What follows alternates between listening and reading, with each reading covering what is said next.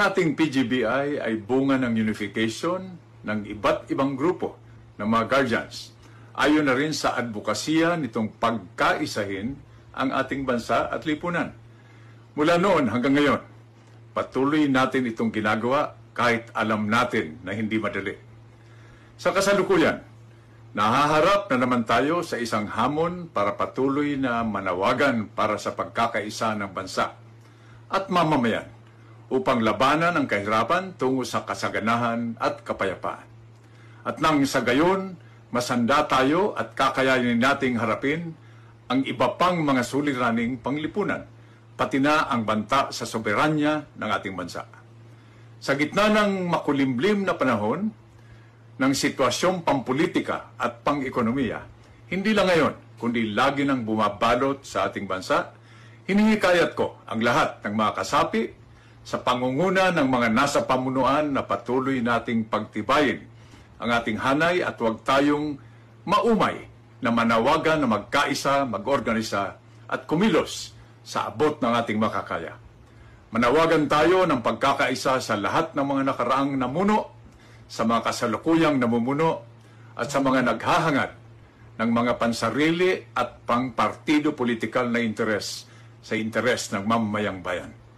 Manawagan at mag-organisa din tayo sa hanay mamamayan upang kumilos para sa pagkakaisa at kapayapaan at iluklok ang mga pamunuang lokal at sa nasyonal, ang mga tunay na magtataguyod ng pagsugpo ng kahirapan para sa tunay na pagbabago.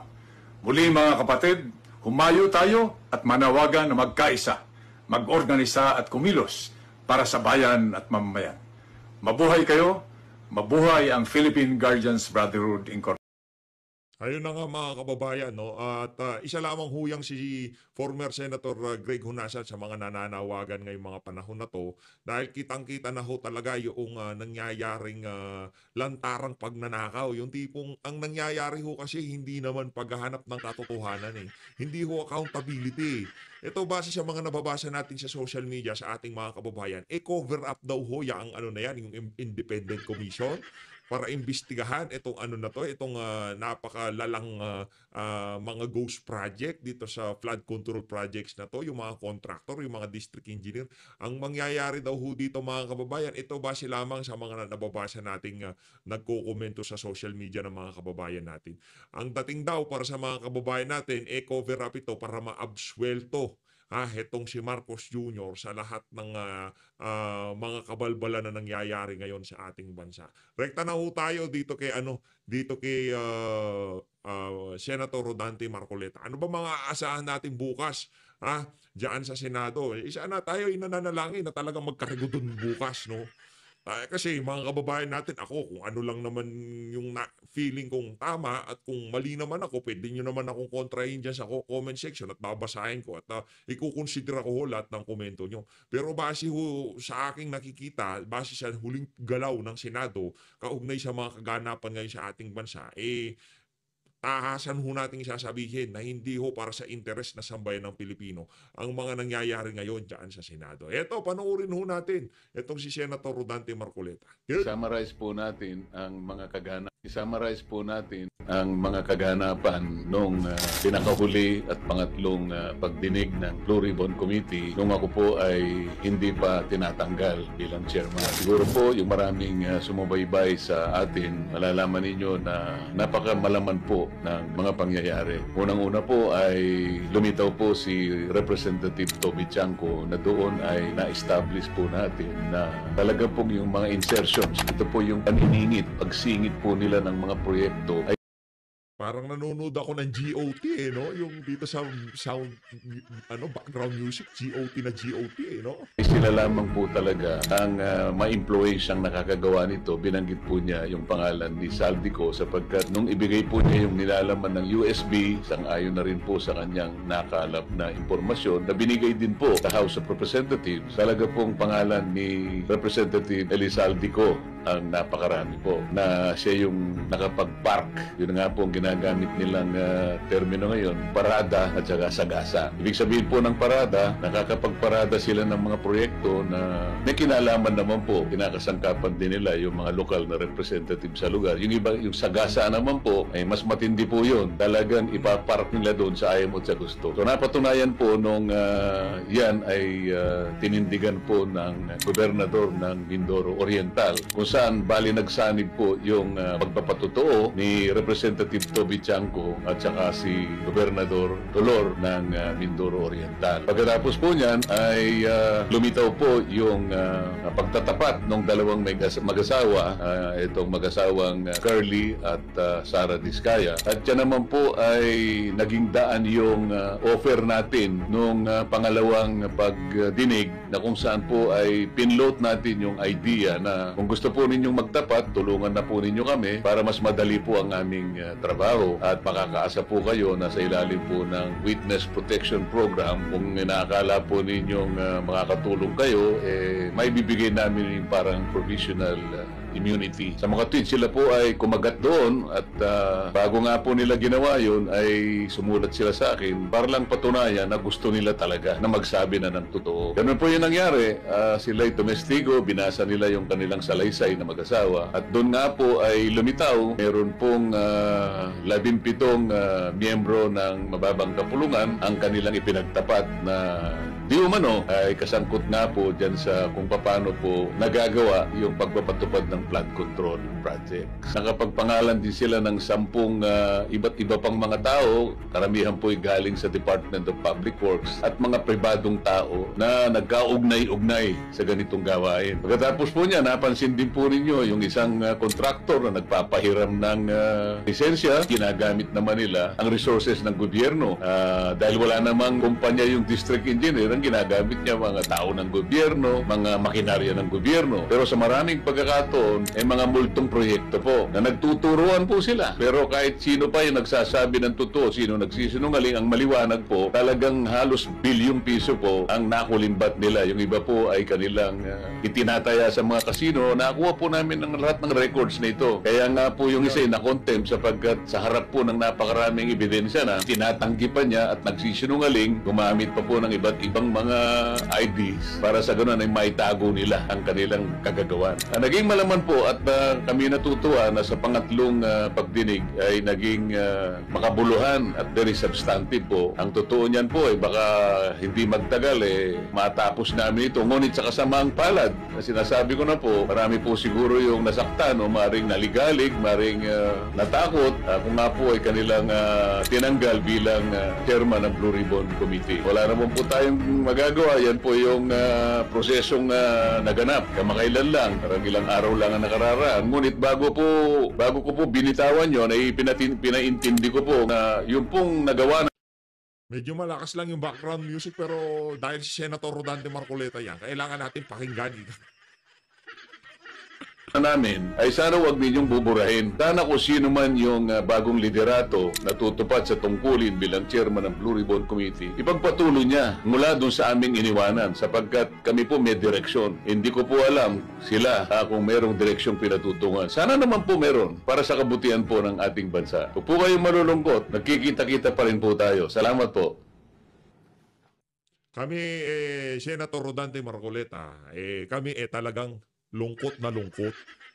Malungkot kami kasi yung tipong nandyan na yung sila Curly Diskaya, merong pananagutan yan. Pero kumanta sila yung sinabi ni VP Sara, yung nangyayari sa House of Representatives, yung nangyayari pagka-budget deliberation, yun yung tipong doon talaga nang gagaling Tapos yung mga individual na nakaladkad ang pangalan doon sa Blue Ribbon, sila talaga yung lumutang Yung tipong hindi DE, hindi district engineer ang problema. Oo, meron silang problema kaso putulin natin yung ulo ng yung sawa na to, ika nga, di ba? Putulin natin ang ulo nitong bayawak na to o crocodile na to. At yung ulo nasa House of Representatives. Di ba? Nasa Malacanang. Yan di ba? Nandyan ho talaga sila. Hindi yung mga naimang kontraktor. Wala namang nanakawin yung mga kontraktor kung hindi lalagyan ng pondo ng mga kongresistang kontratista, period. Di ba? Eh, yun ang problema. Pagka ikaw, congressman ka, tapos pinasok mo yung pangungontrata, paggawa ng mga proyekto. Naku, laki ng problema mo dyan, Brad. Tignan nyo ngayon si Zaldico, hindi makauwi ng Pilipinas. Di ba? Meron siyang SunWest O yung kapatid naman niya, meron namang High Tone. Yan ho ay kasama sa top 15. Huwag na nating anuhin yung sinasabi nitong si Bangag na listahan. Ang sigurado dito, ang anak ng TOCA, Committee on Appropriation ka, meron kang SunWest construction company, tapos hindi mo bibigyan ng Diba? Napakalaking kalokohan naman nun. Kaya sinasabi ni Terry doon, kesyo nag-divest. Anong divest? Anong divest? Ikaw nga founder nun Tapos Committee on Appropriation ka. Ngayon, itong mga kontraktor na to, kayo pinangalanan. Maya-maya, papalitan nyo itong mama. Magkakaproblema ho talaga tayo dyan. At sigurado tayo, isa sa panawagan ng mga maglalabas sa kalsada at magkikilos protesta sa mga susunod na araw na dapat mapalitan ang pamunuan na ang Senado. Kasi meron ho talaga tayong problema sa ginawa nitong si School Bukol, nitong si Itbulaga. Yan ang problema. Binoto nyo yan ano sabi ko? Pagka nanalo yan, magpapakaaso lang kay Marcos Jr. yan. Kung ano ho yung sinabi natin nung panahon ng kampanya, yun ang ginagawa ni Soto. Wala. Pag upo niya, ano na bang matinong ginawa ng mama na yan? Maliban sa pagbanat sa mga taga-suporta nitong si dating Pangulong Rodrigo Duterte. Lagi niya sinasabi, kaibigan ko yung mga Duterte. Anak ng TOCA, kaibigan mo mga Duterte. Kaibigan mo mga Duterte. Alam mo naman na politika ang binabato nila kay VP Sara. Pero okay na okay ka sa impeachment, anak ng TOCA. Yan ang wag na wag mong pakikialaman, Soto. Yung pag-archive dyan sa impeachment, yung bubuhayin mo yung yung impeachment na yan. Anak ng TOCA, talagang maghahalong balat sa tinalupan. Malamang, sambayan ng Pilipino, bibit-bitin ka at ibabalik ka sa Itbulaga. Ito, buta na ho tayo dito kay ate. Itong isa sa mga talaga namang galit na galit dito kay Soto. Hindi ka na daw nakakatuwa. Ito mga kababayan, panoorin mo natin to. Tag Tito Soto. I have one question for you, sir. What was your qualifications that you were considered? Narinig nyo ho ba yun? Pagka yung mga ganong klaseng aksentan ng pinag-uusapan, PH update medyo mahina dyan. What was your... Ulitin mo natin malupit. Pero palakpakan muna natin to si ate, kung sino ka man ate Gusto ko yung mga aksentan mo na yan, palakpakan natin. Gusto ko yung mga ganyang bira. Hindi, pero yung delivery talagang mahusay. Meron naman talagang, meron talagang mga ganyang klaseng Pilipino pagka nagsalita para mga Amerikano. Pakinggan natin. Game. Tag Tito Soto. Yeah. I have one question for you, sir. What was your qualifications that you were considered and selected as the Senate President? Because as far as I can see, you do not even have the capacity to hold a decent debate, to hold a decent introduction. Ganon ka kaliit ang utak, ganon ka kabobo. And yet, you hold the highest position in the Senate? For what reason exactly? Ako po. Were you selected para pagtakpan, which is obviously that's what's happening right now, para pagtakpan ang mga anomalya, ang mga kasama mo sa flood control project? Nako. You are there. You are selected to shield them, and that's a shame.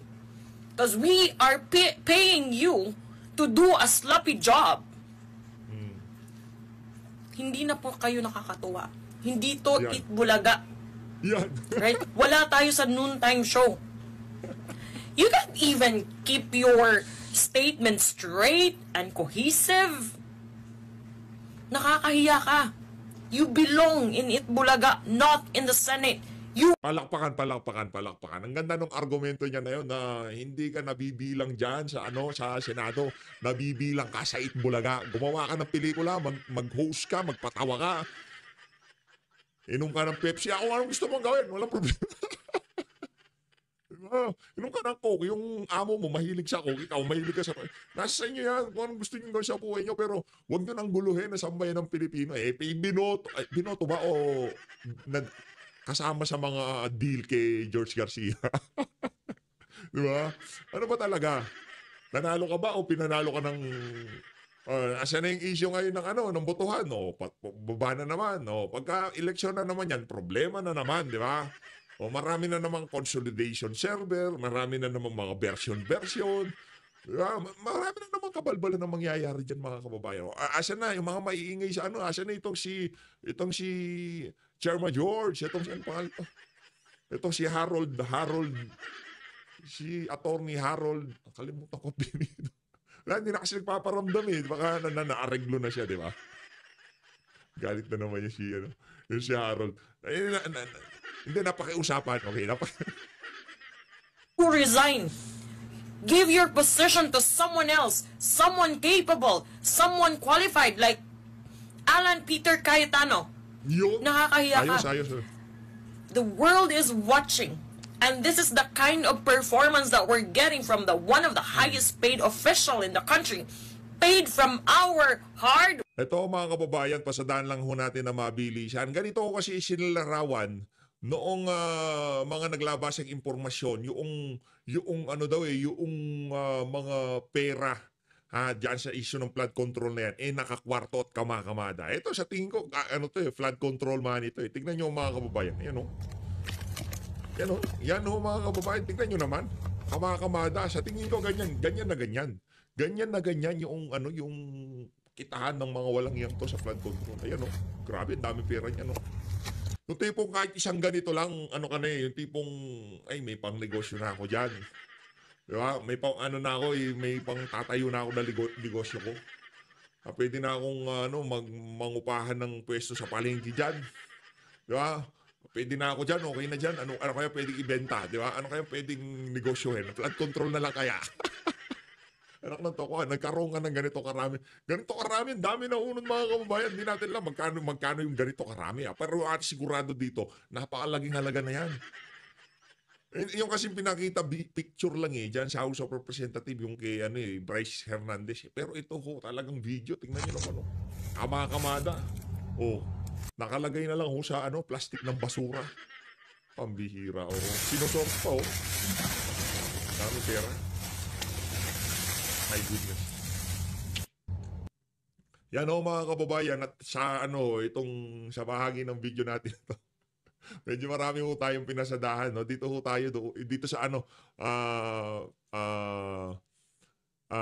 video ito yung hindi narinig ng mga kababayan natin ito. Napakaganda nang naging talumpati nitong si Senator Chis Escudero noong bumaba siya bilang Senate President. Napakaganda ng kanyang talumpati. Bababa na lang siya, mag-iiwan pa talaga siya ng palaisipan sa ating mga kababayan. Ito, panoorin natin mga kababayan.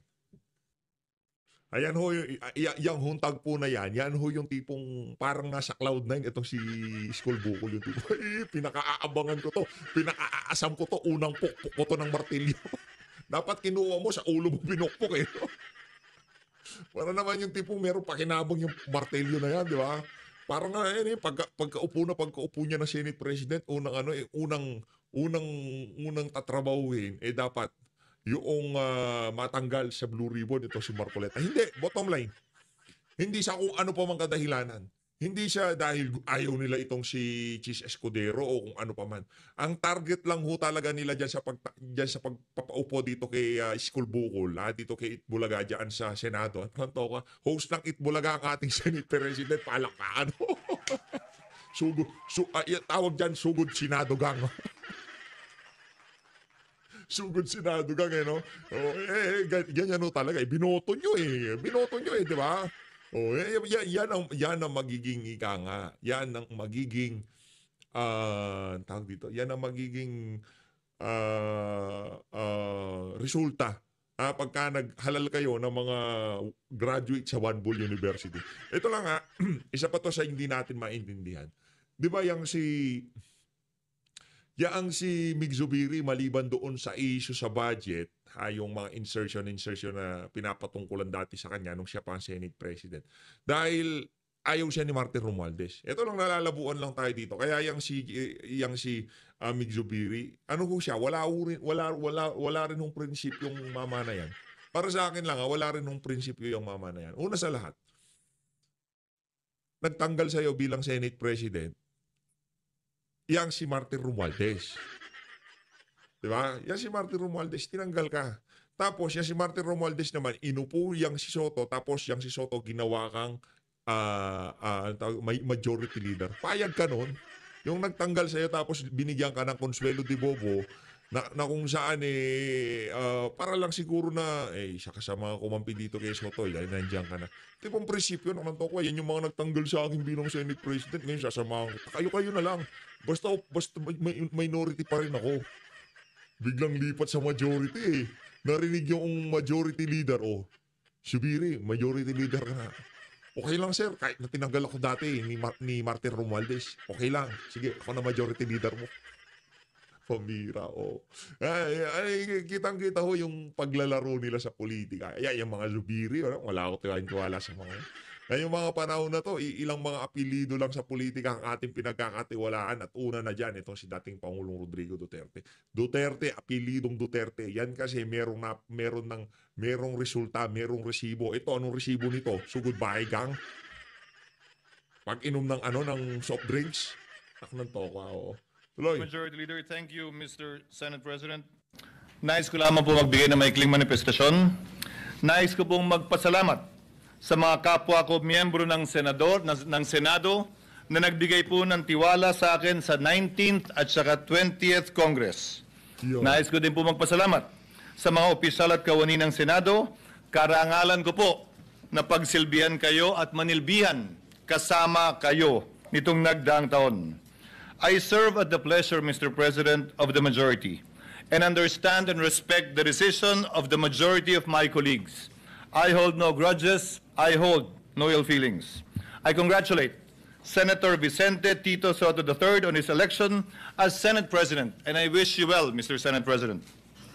Nandito lamang po ako bilang ordinaryong miyembro para pagsilbihan at paglingkuran kayo sa anumang kapasidad na pwede at kaya ko bilang bahagi ng Senadong ito. During my tenure, Mr. President, the Senate did not shy away from confronting the difficult questions facing our nation. We passed a record number of laws that helped uplift the lives of our countrymen. We conducted hearings that unearthed corruption on a scale rarely seen before. And in doing so, we remind the public that accountability is not a mere empty rhetoric, but a duty that we must uphold. Maski na paano, sa ilalim po ng aking panunungkulan at sa pangunguna ni Congressman Rodante Marcoleta, may ilang bagay po tayong nakamit at nagawa. Nakapagsalita na ng bombo kaninang umaga si Congressman Toby Chanco at nabanggit lahat ng nais niyang sabihing hindi nasabi sa kabilang kamera. Nasabi na rin po, Ginoong Pangulo, ang the name that cannot be mentioned, ang pangalan ni Speaker Martin Romualdez at Congressman Zaldico sa pamamagitan ng paghihiring kanina pong hapon. Di ba? Yan ang di kayang gawin ni Soto.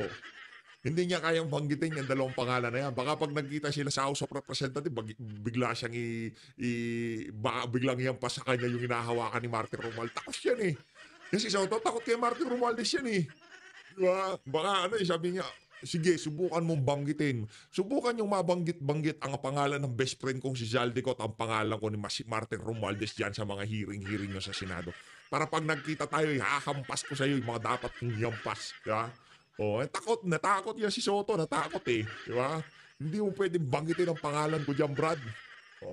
Binanggit ni Marcoleta, tignan mo mangyayari kay Marcoleta. Tanggal bilang, diba? Tignan niyo si Chis Escudero, tanggal. O para doon sa mga senador na nagtanggal, mahiya naman ho kayo. Anak ng toka, ayayaman nyo na. Para naman sa bayan, anak ng toka. Alam nyo naman kung sino Kayo naman naglulukuhan pa tayo dito Di ba? Huwag nang ganoon. Alam nyo naman kung sinong punot dulo ng kakurakutan dito sa bansa na to. Nanggagaling sa Malacanang at House of Representatives. Noong binanggit, nang itinalagang Blue Ribbon chairperson itong si Chis Escudero, pumayag kayo na palitan niyang si Senate President nyo. Mahiya naman ho kayo dyan. Konting kahihiyan naman, nga. Pambihira, bukas, meron pa naman kayong chance para baliktarin yung mga kabalinto na ang pinagagawa dyan. Diba? Okay na yan. Ano na kayo? Bukas, palitan nyo na ulit. Balik nyo na yung si Sen Alan na lang.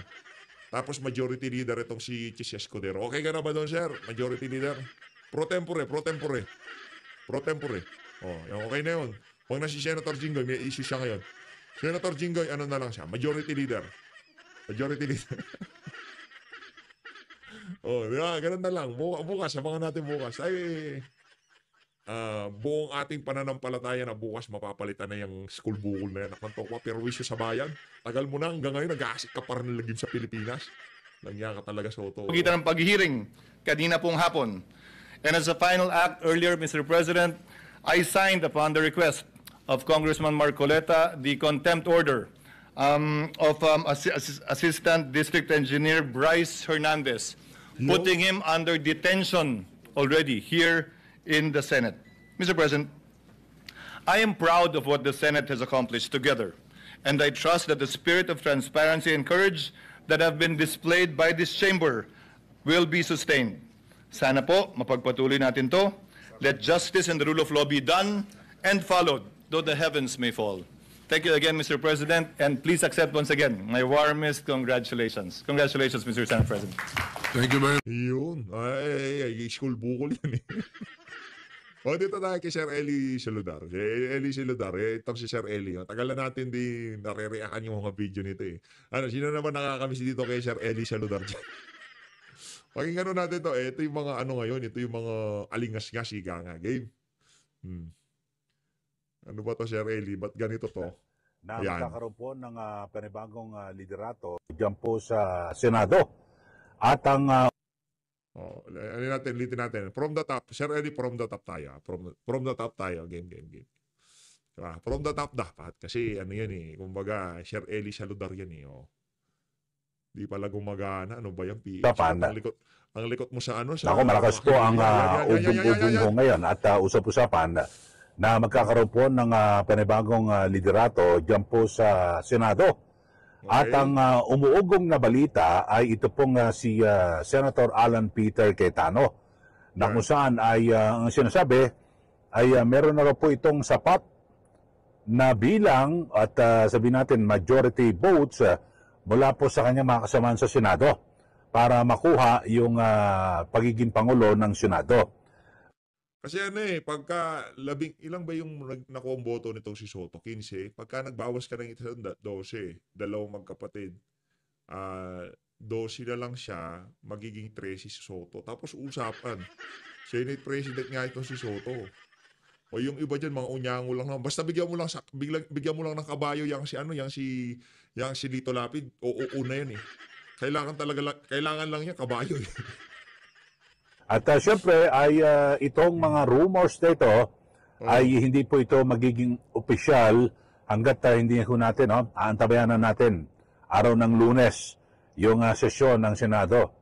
At kung talaga bang magkakaroon ng pagbabago sa liderato po ng Senado. Dahil sa alam nyo, yung sa nakarang vlog ko, mga kababayan, ay di ba, mismong si Senator Ping Lacson ay umamin na sabi niya talagang napakanipis po ng majority block ho ngayon at may konti lang ho na hindi po nagustuhan yung pamamalakad ng Pangulo ng Senado maaring magpalit o magbago kaagad ng mayorya dyan po sa Senado. Kasi alam naman na ho natin na, di ba, 13 lang ho simple majority ay pwede na. Ngayon talagang medyo malapit to. Sabi nga ng Senator Lacson, di ba? Masyadong manipis ang kanilang majority block. So kung yung siyam, napakalakas at madagdagan lang ng 4 yan, tapos ng kwento. Di po ba? At kung inyong pong titignan naman, yung bilang ng mga senador sa majority at sa minority block, talagang makikita mo may pwedeng masungkit ho sa mayorya. Ito, ipalabas lang ho natin, yung litrato ho at ito yung bumubuo po ng minority. Ito pakikita ko sa inyo ito hong listahan ng mga bumubuo po ng minority block diyan po sa Senado at ang sabi nga po ay talagang tila napakanipis at konting kibot, konting kending pwede pong magpalit po ng liderato ng Senado. Di po ba? Yan nga mismo. Kaya nga, sabi nga ni Senator Ping Lacson, yung kanyang payo sa kanyang kaibigan na si Senator Senate President Tito Soto, dapat talagang maging magaling ho siya sa pakikisama at kasi napakanipis nga ho ng bilang ng minority bloc. Ito ho, tignan nyo sa inyong TV screen. Yung minority bloc ko ngayon, siyempre ulitin ko ha, Rodante Marcoleta, Chis Escudero, Jingo Estrada, Alan Peter Cayetano, Amy Marcos, Joel Villanueva, Robin Padilla, Bato de la Rosa at Bongo. So siyam po sila. Siyam. At yung sa 15 ho na mga senador, ito ho, ay ulitin ko ha, tingnan nyo sa inyong TV screen. Ito, siyempre, pinangunahan ni SP Tito Soto, Risa Ontiveros, Rapi Tulfo, Bam Aquino, Ping Lacson, Erwin Tulfo, Pia Cayetano, Lito Lapid, Mig Zubiri, JB Ersoto, 10 na siya. Tapos ay Kiko Pangilinan, Camille Villar, Wing Gatchalian, Lauren Legarda at Mark Villar. So 15 po sila. Ito ho, kung titignan ho natin yung komposisyon ng mayorya, talagang pwede ho may masungkit ho dyan. Madali ho masungkit. At alam naman ho natin na simple majority. Diba? 12 plus 1, 13 po. At napakadali ho dahil halimbawa, kung sakasakali, alam nyo naman, sa mayorya, sino ang pwedeng sungkitin doon para makakuha ng sapat na bilang? Ito pong si Senator Alan Peter Cayetano. Una, 4 lang ang kailangan ha. Una, Pia Cayetano. So Pia Cayetano, 3 lang kulang. Siyempre kapatid ni Senator Alan Peter Cayetano Tapos ay JBS ito. Siyempre kapatid duyan ni Senator Jinggoy. Ayan. So 2 na lang po ang kulang. At ang 2 ho dyan ay maring baka makonsensya. At alam niyo naman ho, yung mga bilyar, siyempre kung marami kasi silang negosyo at minsan kinakailangan talaga lagi sila na sa poder. Yung 2, Camille at Mark Villar, tapos na ang kwento, 14 na. Tapos ang usapan, yun. Nako, tapos ang usapan. Sir Eli, di ba? Yan yung sinasabi ko sa inyo. Kaya yung sinasabi nila, naku, chismis yan, fake news yan na magkakaroon ng rigudon. Fake news yan, di totoo yan. O ngayon, maliwanag pa ho sa sikat ng araw na talagang posible, mataas ang tsansa na magkaroon ho talaga ng rigudon. Di natin sinasabing meron na talaga, meron talagang rigudon na. Mataas ang tsansa kasi sa sobrang, sa sobrang dismaya ng ating mga kababayan doon sa ginawa ni Soto, tayo yung dito sa PH Update, malamang sa malamang, tayo yung nananalangin na matanggal yan ni Soto. Kung pwede nga naman ma-ethics sa mga yan, tapos tanggalin ng diretso sa dyan sa Senado para wala na mga panggulo no? Tuloy Meron nung 14 dyan, malamang humabol dyan si yung tinatawag na Ghost Senator. Kilala niyo ho ba yung Ghost Senator? Ayan. Si Senator Lito Lapid. Parang ghost ang dami na ho nangyayari, nagkakagulo na po sa Senado. Yung mga issue ng kung ano ng mga sa flood control, tahimik na tahimik. Parang hindi ho natin makita, kaya Ghost Senator. Kayo ho, ano hong pananaw nyo ho rito? At abangan ho natin ngayon kung magkakatotoo itong rumors na Lunes, session ho nila, alas 3 ng hapon, ay magkakaroon ho ba ng palitan ng liderato dyan po sa Senado at meron pong bagong mayorya. Alam nyo, kung totoo ito na si Senator Alan Peter Cayetano, nako, magaling ho ito na senador, magaling na abogado, at veteranong politiko ho ito, mga kababayan, na talagang napakagaling ho. At siguro sa pagiging veterano niya ho, mga kababayan, talagang maibabalansin niya kung ano ho yung mga tama at mga ibaba po yung interest ng taong bayan. Kasi dito ho sa liderato po ni Senate President Tito Soto, so bilang Pangulo po ng Senado, ay nagkaroon kaagad siya ng aberya. Ano ho ito? Yung kanyang pag-amin na tumawag ho sa kanya si House Speaker Martin Romualdez. Di ba tinawagan siya? Dahil ito yung may kagugnayan sa yung testigo po na si Bryce Hernandez, yung dating district engineer ng DPWH, nakontempo yan sa Senado. So, yan po ay nasa kustodiya ng Senado. Hiniram po ng mababang kapulungan para maging testigo doon sa kanilang investigasyon, yung Quadcom, no? Yung Committee on Infrastructure. So, hiniram nila. Tapos, sabi ni Bryce Hernandez ay gusto niya raw na manatili na sa House of Representatives. Ayaw niya nang bumalik sa Senado. Kasi di ba merong siyang tinukoy doon, dalawa ang kanyang idinawit, si Senator Joel Villanueva at ganyan din po si Senator Jingoy Estrada. So ang nangyari ay, ang ginawa ko, tumawag po si Speaker Martin Romualdez kay SP Tito Soto. So, wag na raw ibalik. Pero ang parang nagkaroon sila ng parang tawag doon win-win solution. O sige, doon na lang sa PNP Custodial Center. Pero ang marami po ang nagsasabi, dapat ho, bago po nagdesisyon si SP Tito Soto, ikinonsulta niya po yan sa miyembro ng Senado. At siguro kahit na natawagan na ho muna yung dating chairman ng Senate Blue Ribbon Committee o yung kasalukuyang chairman na ho, si Senator Ping Lacson, na kumbaga sa parang kortesiya na, may request si Speaker dito na dalhin sa House na lang muna manatili o saan ba? Ano ba desisyon nyo? Sana kinuha niya ho yung sabihin natin yung pananaw ho ng kanyang mga kapwa-senador. Pero hindi. So lumilitaw ho mga kababayan na sa kanyang daglian na pagtugon dito po kay Speaker Romualdez, nako, alam niyo naman ho, kumalat daw sa social media, talagang inupakan po si Senator Tito Soto na tutakan ni Romualdez. O sunod-sunuran kay Romualdez. So, ganun ho ang mga lumabas sa mga balita. Yan. So, dito ho ay talagang, sabihin natin, ay talagang... Hindi, kasi ganito Alam nyo ba kung bakit sumagot yang si Soto? Kasi yung mga yan, pagka yung tipong pagka binanatan ka, hindi ka naman sasagot. Tayaan mo lang yan, mamamatay din naman yung issue. Lalo na pagka-ops yan, yung tipong, ino-operate ka ng mainstream media, yung tipong, tuta-tuta. Pero parang pag walang traction yan sa sambay ng Pilipino, dati pagka inops ka sa mainstream media, may dating yan Kaya, okay lang yan. Pagka inops ka sa media, may kalalagyan ka talaga. Dati, nung wala pa yung new media kung tawagin, wala pa tong mainstream media. Pagka inops ka dyan, malaki problema mo, Brad. Anak ng toko, pagka 24 oras, TV Patrol, ino-ops ka dyan, binabanatan ka ng mga angkor dyan sa mga istasyon na yan. Malaki problema mo, Brad. May kalalagyan ka talaga. Ngayon ho, iba na to Iba na yung mga panahon ngayon. Pagka inops ka sa mainstream media, minsan walang dating yan. Di na bumibenta yung ops sa mainstream media. Walang karga yan.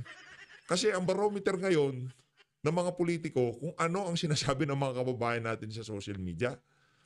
Ang problema, nagtrending ka na doon sa sinabi mong tinawagan ka nitong si Martin Romualdez at pinakiusap yan si Bryce Hernandez at yung pagtanggal mo kay Senator Rodante Marcoleta dyan sa Blue Ribbon Committee, wala na, nagkasangkot-sangkot na. Ngayon, hindi na lang ang mainstream media ang nagbabalita ng mga kabalbalan ito si Soto. Pati yung mga ordinaryong Pilipino, nagsasalita. Napanood nyo ba yung si ate, yung American accent na talagang gusto niya nang ibalik sa Bulaga yan si Soto. Yun ang problema. Kaya sumagot yan si Soto. Kasi ang kapal na ng mukha niya si Soto Ang kapal ng balat ni Soto. Hindi basta-basta nasasaktan yung mga walang yan.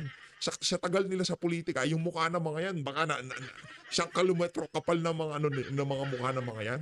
Kahit anong sabihin mo dyan, di nang basta-basta na masasaktan yan. Pero, pagka yan nag-react sa issue, meron tayong problema dyan.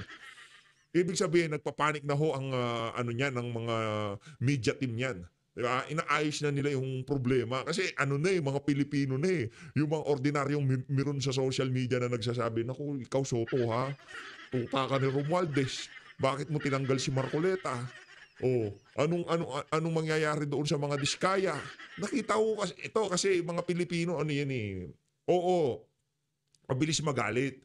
Pero maawain ho mga Pilipino. Nakita ho ng mga Pilipino yung sensiridad. Again, di ho natin sinasabi na absuelto yung buwisit na mag-asawang Diskaya na yan.